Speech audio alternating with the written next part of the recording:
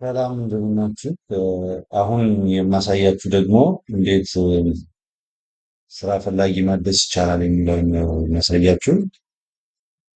እዚህ በመቀጠል ወደ ሲስተሙ እንገባለን።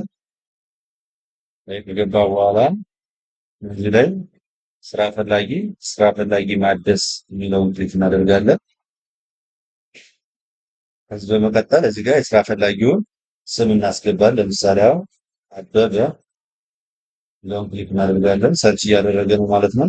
እዚህ ጋር ጥቁር ላይ በመፈለግ ላይ ስለሆነ ምክንያቱም ኦልሞስት ከአንድ ሚሊዮን ዳታ ላይ 1.5 ሚሊዮን ዳታ ነው ሰርች እያደረገ እያመጣ ያለ።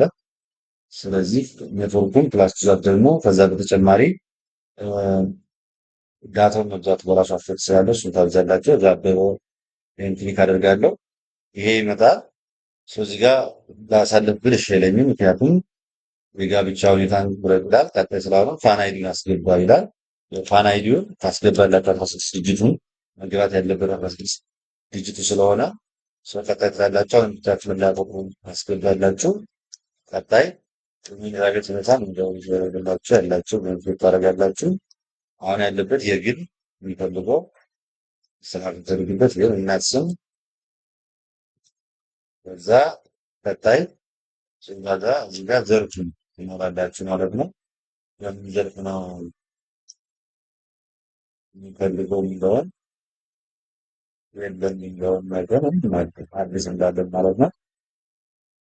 እዚህ ላይ ዳታችሁ ስለወረደ ነው። ሎካል ላይ ስለሆንኩ ነው የሚዘገየው። ዳታ ቤቱ ላይ ነው ያለው ሎካል ላይ ስለሆነ በዛ የተወሰነ መልክ ሁኔታ የሚታየው ይህን እንጠብቃለን። ስራ ፈላጊው በትክክል አድሷል ማለት ነው። ስለዚህ በዚህ መንገድ የታደሰውን ስራ ፈላጊ ታገኛላችሁ። አበበ ነው ጋር በዚህ በሁኔታ የታደሰ መሆኑ እዚህ ጋር ያስጨምርላችኋል።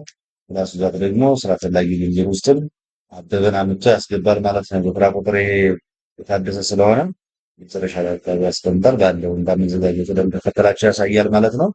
እድሳት እንደጠቀን ይሄን ይመስላል ማለት ነው። ያው ፋይዳ ጥያቄ ምልክት ያው ጥያቄ ታነሳላችሁ። ፋይዳ ምዝገባ ላይ ምንም ኤክስኪውዝ የለውም።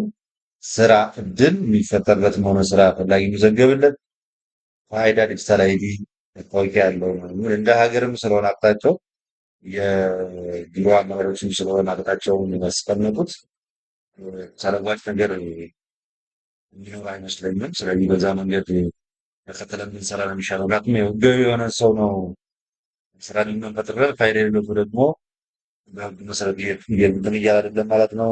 ስለዚህ ግዴታ እንዲያወጣ ታበረታቱታላችሁ ማለት ነው። ሲያወጣ እናንተም ትገዛላችሁ ማለት ነው። ቴንኪው አመሰግናለሁ። ለማንኛውም ችግር ካለ ኮሚኒኬት አድርጉኝ ማለት ነው። ያው ቻናልን ደግሞ ሰብስክራይብ አድርጉት። መጀመሪያ አዲስ ነገር ሲለቀቅ እናንተ ጋር መጥቶ እንድታዩት ማለት ነው። ቴንኪው